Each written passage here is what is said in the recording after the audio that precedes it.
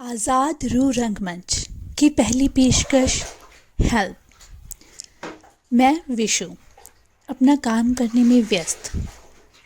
घर में बहुत सारे काम होते हैं पर लेकिन आज मुझे काम मिला कपड़े धोने का। तो मैं तो बस कपड़े धोने में व्यस्त थी ताकि मुझे डांट ना पड़े।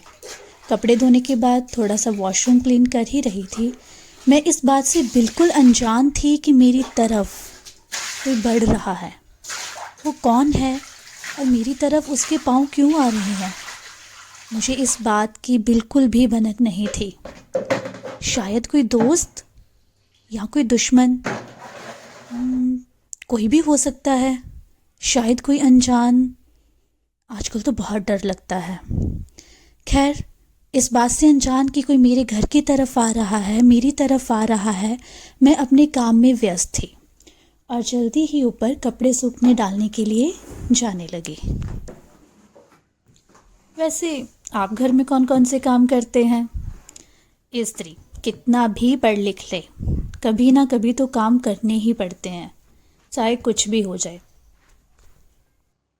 मैंने अच्छे से अपने पाँव सुखा लिए ताकि मैं गिर ना जाऊं। पर जो पाँव मेरी तरफ आ रहे थे वो किसके थे और वो कौन था, इस बात से मैं बिल्कुल बेखबर थी। मैंने अपने घर का दरवाज़ा भी लगा रखा था ताकि कोई अंदर ना आ जाए, क्योंकि आजकल बहुत डर लगता है। और कपड़े सुखाते सुखाते मैं सोच रही थी कि मुझे किस किस प्रोजेक्ट के ऊपर अभी काम करना है। बहुत सारे कॉन्सेप्ट्स पेंडिंग थी जिसके ऊपर वीडियोस बनानी थी। कुछ ऐसे भी कॉन्सेप्ट्स थे जो अधूरे लिखे हुए थे, जिनको अभी लिखना बाकी था। इतने में आवाज़ आई बाहर से। शायद वो कदम मेरे घर की चौखट पर आ चुके थे और आई। दरवाज़ा खोलने में जा ही रही थी कि सीढ़ियों से गिर गई।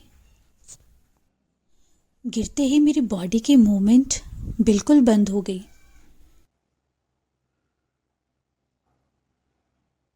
विशु, विशु उठो।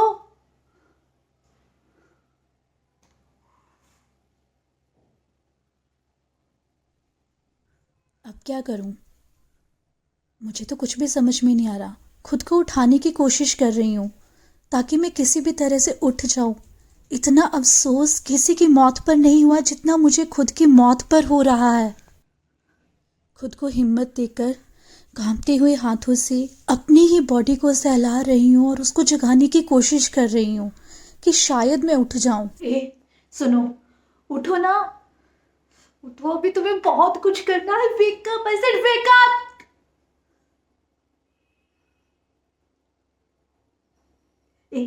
सुनो, उठो ना, उठो ना प्लीज, उठ जाओ। Listen, it will all fine. Please उठो, उठो ना। मैंने अपने शरीर की पूरी कोशिश लगाई, आई मीन आत्मा की, कि मैं उठ जाऊं, पर मैं जैसे बेबस सी हो गई थी। मेरी खुद की आवाज़ मुझे सुनाई नहीं दे रही थी। इतना बेबस मैंने कभी जिंदगी में खुद को नहीं पाया था जितना आज पा रही थी, वो भी खुद से बात करने के लिए। बाहर से आवाज़ आई, विशु। उठो, दरवाजे पर कोई है, दरवाजा ओपन करो, उठो, उठो, बाहर कोई है, उठो। विशु, क्या हुआ? दरवाजा खोलो। It's me.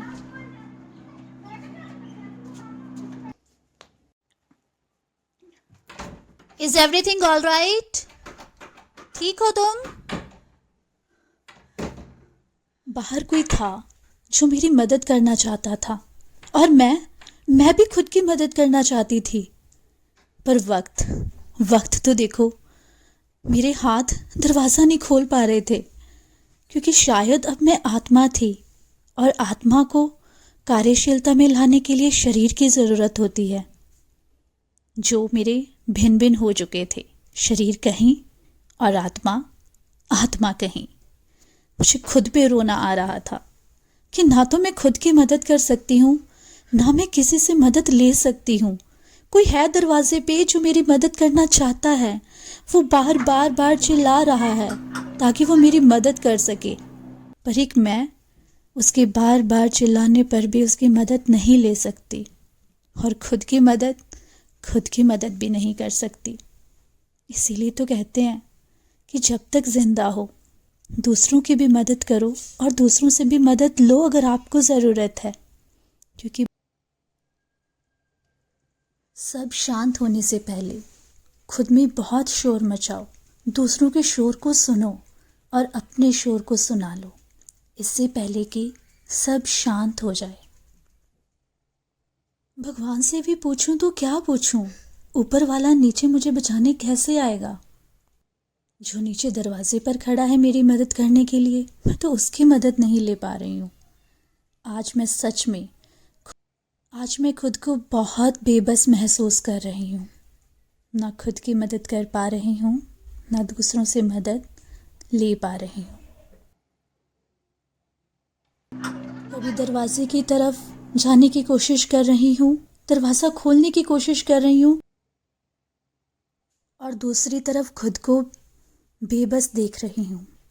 मैं खुद आत्मा बेबस, जो मेरी मदद करने आया वो बेबस, मेरा शरीर बेबस, बेजान। किससे शिकायत करूं?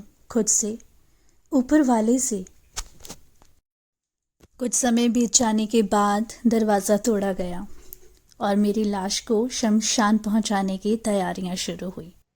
शमशान पहुंचते ही मेरी लाश को जला दिया गया।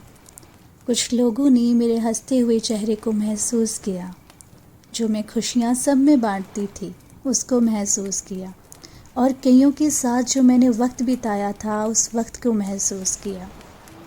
इन द एंड फिर सब अपने अपने कामों में व्यस्त हो गए और मैं शमशान घाट में पड़ी रही, और फिर मेरी अस्थियां गंगा में विसर्जित कर दी गई। बस इतना छोटा सा जीवन काल, इसमें भी हम लड़ते झगड़ते रहते हैं। इसलिए जब तक जिंदा हो मदद करो, और खुद की मदद किसी और को करने भी दो। हम सब कुछ अकेले कर लेंगे ऐसा कभी नहीं होता। वी ऑलवेज नीड समवन, चाहे वो अनजान लोग हों चाहे वो अपने। हर इंसान को किसी न किसी की ज़रूरत होती है। इसे स्वीकार करें और मदद करें। कभी तो सही वक्त आएगा, पर सही वक्त आने का कब तक इंतज़ार करोगे? Live the life before life leaves you. इससे पहले कि ज़िंदगी आपको छोड़ दे, ज़िंदगी को भरपूर जी लो। Thank you for watching. Like, comment and